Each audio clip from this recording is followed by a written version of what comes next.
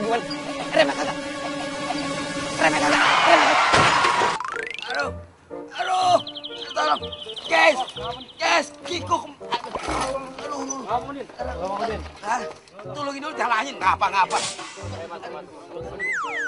Ini kaki gua kesangkut. Kenapa kakinya gua?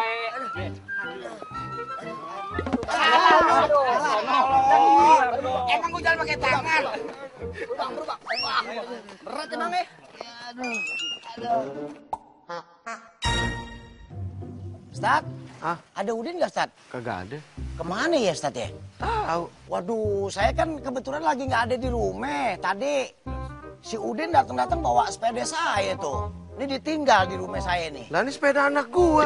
Nggak tahu nih ditinggal sama helm saya Ustad. Saya dikasih helm ginian proyek. Pantes anak gua dari pagi nangis, gua lagi tidur keganggu mau bocah teriak-teriak nyariin sepeda. Kata dia baru beli nih katanya. Baru beli dari Hong Kong. Katanya emang mirip sama sepeda anaknya Ustad kata dia. Ya, jangan dia beli sepeda, beli wajik aja kagak sanggup. Tapi saya percaya emang duit aja gedek sama dia. Kemana Ustad kira-kira ya? Kagak ngerti.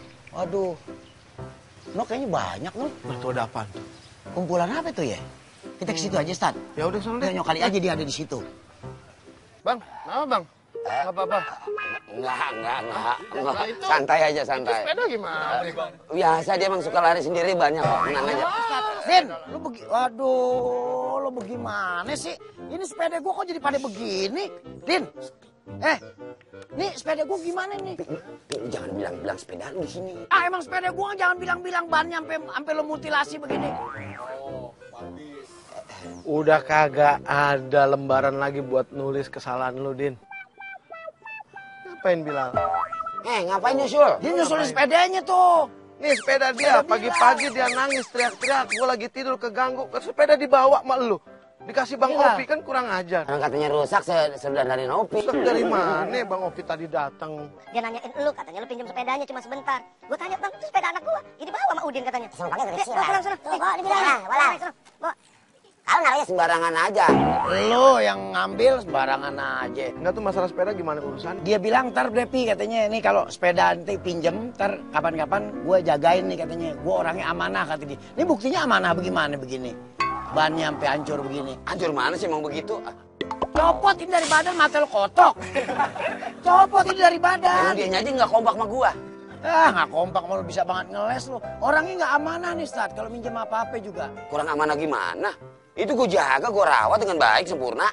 Bayangin Ustad, orang kalau yang nggak amanah bagaimana nih hukumnya orang nggak amanah nih? Ya sekarang gini, kalau orang kagak amanah, dia kagak bakal bisa dipercaya. Bener nggak guys? Misalnya ada yang minjem sepeda kita nih, ternyata begitu dipulangin rusak. Kira-kira besok dipercaya nggak? Kagak. Ya pun mau dandanin dia kudu dateng. Dandanin bagaimana Gimana dandanin? dandaninnya lo?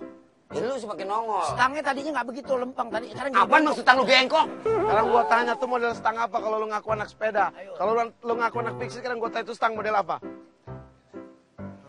Blon. Hah? Blon, blow on bukan blon. Lu gimana nyampainya? Blon. Itu stang model bull on. Bull hor. Apa? Itu. Apa lu? Kacamata las. Kalau ngomong soal dosa, udah tua kudu jadi contoh. Iya dong. Yesusnya beradaptasi supaya mengikuti yang Bukan tua. masalah beradaptasi, bangsa kita udah capek sama orang-orang yang nggak amanah, bener nggak bro?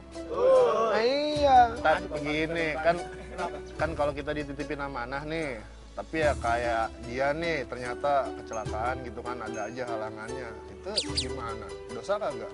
Ya kalau gini, kalau ngomong soal dosa, gue pikir lu udah pada tahu deh. Untung dosa kagak bejendol. Itu bisul. Iya, loh, itu saking sayangnya Allah dengan rahmatnya, dosa nggak dibikin bejendol. Kalau dibikin bejendol kagak ada yang mau bikin dosa, malu soalnya baru ya udah. Lu kalau bejendol semua deh banyak. Ini gue bejendol. Saking sayangnya Allah sama kita, sampai kayak begitu. Cuma kita kadang-kadang suka nggak tahu sayangnya Allah sama kita. Sekarang gini, yang namanya anak muda ini kan generasi penerus, ya kan? Subbanul yaum rijalul ghad. Artinya apa? Itu. Artinya tanya lo itu. Tahu. Karena yang tua itu banyak belajar, mestinya yang muda. Ya apa artinya? Bilangin dong lu, Pi. Gue disalahin deh. Subhanal yaum rijal ghad. Pemuda hari ini mereka akan jadi pemimpin di masa yang akan datang. Nih sekarang kita bisa ngambil contoh nih pemimpin-pemimpin sekarang. Iya kan? Artinya kan kita boleh jujur mana pemimpin yang amanah, mana yang enggak. Gue pikir siapapun kita pasti nggak suka sama orang yang nggak amanah. Kayak koruptor, amanah nggak? Duit udah dapet, gaji udah dapet, baju dibeliin sama rakyat, fasilitas segala-gala dapet, kemana-mana dikawal. Masih rakus juga. Coba lihat. Kalau kita mau ngomong jujur, mendingan orang yang suka maling ayam. Namanya orang maling ayam memang butuh. Begitu ditangkap, kenapa bini gua hamil? Gitu. Ini mah udah kaya, udah segala-galanya masih ngerampok. Itu salah satu nggak amanah. Kayak begitu.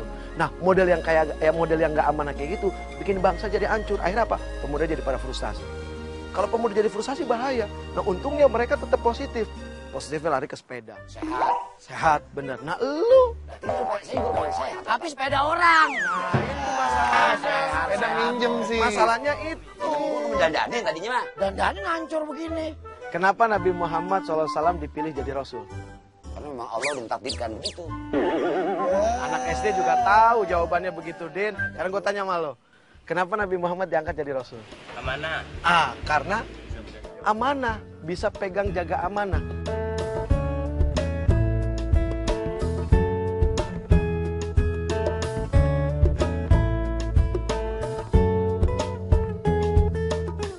Nih, Din.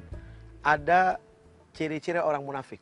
Orang yang nggak tulus, orang yang banyak pura-pura, orang yang nggak apa adanya. Nah, sementara kalau bicara hadis Rasul, ayatul munafik salasun. Jadi ciri-ciri orang munafik itu ada 3. Pertama, idza haddatsa kadzaba. Jika dia ngomong dia bohong. Wa idza wa'ada akhlafa. Jika dia janji dia ingkar. Wa idza tumina khona. Jika dia dipercaya dia berkhianat. Itu ciri-ciri orang munafik ada 3. 1, lu datang ke OPI, lu bilang apa? Sepeda. Bentar katanya. Bahasanya sebentar. Berarti lu sudah idza haddatsa kadzaba. Kan dia percaya sama lu. Iya. Sepeda dikasih. Lu janji kan? Iya. Ternyata lu ingkar. Ingkar. Kagak ingkar dari mana? Nah, ingkar kan lu bilang katanya sebentar. Ntar jam 12 gue pulang. Kalau nggak ada kerusakan mungkin bisa cepet, Pi.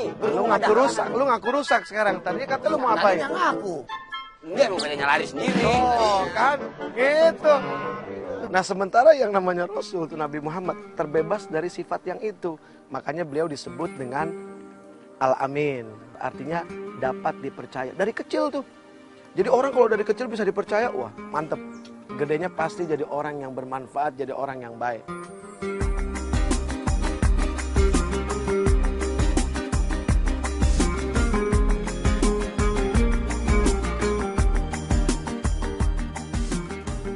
Kalau manusia biasa kayak kita, bisa nggak Pak Ustadz dapat gelar Al-Amin? Gelar Al-Amin itu datangnya dari Tuhan. Gitu.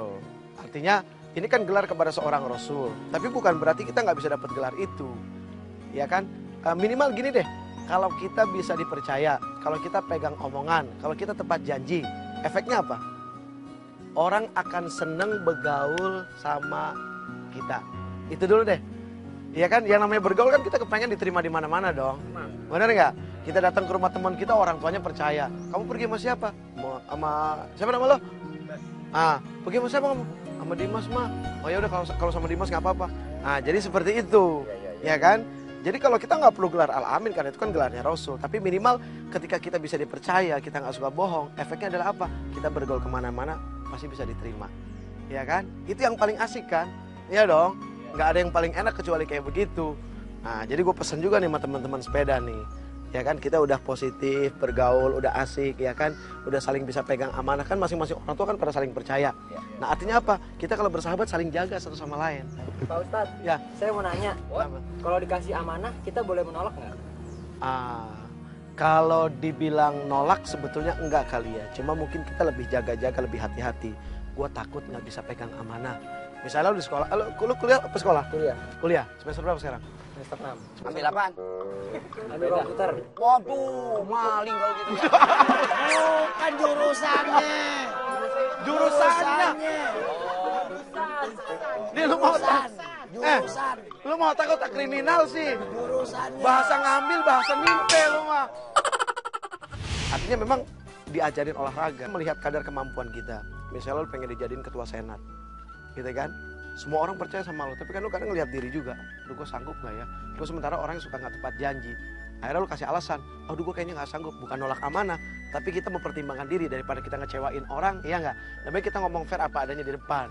Nah kayak gitu, nah fair, jujur, terbuka, apa adanya. Ini yang bakal nyelamatin kita bergaul. Jadi ini balik lagi masalah tanggung jawab. Artinya hidup itu kan harus berani menanggung, harus berani menjawab. Hidup itu adalah tanggung jawab, berani menanggung, berani menjawab, gitu kan? Jangan cuma ngejawab doang, nanggungnya kagak mau. Ustadz, kalau dapat amanah dari ngimpi nih orang tua nih, saya dapat amanah tapi lewat ngimpi dari orang tua itu bagaimana? Umpamanya jangan main sama Udin. Umpamanya ganja. Ya, lebih lo kan mimpi bilang begitu. Udah amanah dari orang tua tapi lewat ngimpi. Jangan main sama Udin. Kalau ngimpi orang zaman sekarang kayaknya susah dipercaya. Kalau ngimpinya zaman Nabi Ibrahim kan lain. Nabi Ibrahim diimpiin, di dalam mimpinya motong putranya Nabi Ismail, gitu kan? Terus disampaikan ke anaknya, ya bunayya, inni ara fil manam anni athbahuka fanzur madza tara. Anakku, tadi malam aku mimpi. Di dalam mimpiku aku nyembelih kamu. Bagaimana menurut kamu? Terus Nabi Ismail bilang, qala ya abatif al matukmar. Wahai ayahku, lakukan apa yang menjadi perintah. Nah, kenapa seorang anak padahal resikonya adalah nyawa dipercaya sama bapaknya? Karena bapaknya nggak pernah kelihatan bohong sama anaknya. Tapi kalau bapak zaman sekarang kan beda. Gue yakin lu pasti punya pengalaman lah masing-masing ya sama orang tua gitu. Sometimes pernah kecewa atau apa dan segala macam. Tapi gue pikir lagi juga kita juga harus bijak meskipun kita anak-anak. Oh mungkin di saat orang tua lu janji pengen ngebeliin sesuatu terus akhirnya ingkar, kita nggak boleh kecewa juga. Oh mungkin saat itu nggak punya duit. Yang namanya kita anak-anak kadang suka nggak mau peduli. Enggak, papa udah dijanji sama aku. Malu dong yang lain. Wah, kita kadang-kadang belain gengsi daripada coba ngerti sama keadaan orang tua. Nah ini yang harus kita pegang nih, ya kan? Akhirnya kita ngebelain gengsi, enak dong mau teman gini. Padahal saat itu tuh orang tua nggak punya, benar-benar nggak ada. Bagaimana kau merasa bangga akan dunia yang sementara? Kalau misalnya model kayak dia nih, Ya ilah gua mulu buat contoh ya. ya contoh kalau dia kayak umpamanya tukang bohong nih, itu manusia kayak begini perlu dideketin apa dijauhin, Ustaz? Kira-kira gitu. Ayomin. Ayomin. Ya gini aja sih sebetulnya. Namanya orang tukang bohong, anggapnya tukang tipu deh ya. Penipu aja nggak kepengen ditipu. Pernah ada cerita, sekali waktu ada penggembala kambing, dia masuk ke hutan. Dia iseng banget tuh di hutan tuh. Dia sepi kali ya, dia pengen ngerjain orang. Dia teriak, ada macan, ada macan, ada macan. Orang kampung dengar, wah lari pengen nyelamatin dia. Begitu sampai sana dia ketawa. Dia ketawa. Akhirnya orang kampung kan kesel, dia pergi dong, ya kan. Begitu seminggu kemudian, dia ngerjain lagi orang kampung. Ada macan, datang lagi. Wah dia dikerjain lagi. Kecewa kan orang kampung kan. Udah mulai dari situ mereka sepakat. Nih kalau seandainya dia teriak lagi, dia bilang dia dikejar macan, kita sepakat ya nggak percaya ya. Akhirnya 2 minggu kemudian, itu bener-bener di depan dia ada macan. Dia teriak, ada macan. Karena orang udah merasa dikerjain 2 kali, akhirnya kagak percaya, dikemek sama macan. Dikemek, habis sudah selesai. Nah jadi gue pikir apapun itu dan siapapun kita, rasanya mesti ngejaga sikap-sikap kayak begitu. Ya mohon maaf lahir batin, yang muda sekarang ini kan jadi harapan bangsa nih. Benar nggak? Kita harus jadi orang yang tanggung jawab, kita harus jadi orang yang amanah, dan kita juga harus jadi orang yang sehat. Zaman Rasul nih, Rasul merintahin kepada sahabat-sahabatnya, anak-anaknya disuruh berenang, padahal di sono padang pasir kagak ada air. Wah, berenangnya di mana, Tan? Nah, makanya itu kan jadi kita diminta buat berpikir kan, ini maksudnya apa nih? Kok diajarin berenang? Kemudian diajarkan berkuda. Kemudian disuruh ngajarin memanah. Bicara memanah, bicara ketepatan. Bicara berkuda, bicara apa? Kekuatan, kelincahan, kelihayan. Ya kan? Bicara berenang, bicara menyelamatkan diri. Ini luar biasa loh. 1500 tahun yang lalu, padang pasir, kalau mau bicara ke Laut Merah kan jauh. Dari Mekah ke Laut Merah, ke Jeddah. Pernah ada yang umroh nggak? Udah pernah ada yang umroh belum? Wah, kali-kali nih anak sepeda pada umroh nih. Akhirnya nggak? Iya nanti di Jeddah naik sepeda. Iya, city tournya keliling, lu jangan naik motor, lu naik sepeda. Cakep tuh, ya kan? Artinya memang diajarin olahraga gitu. Apa bahasa itu? Mensana in corpore sano.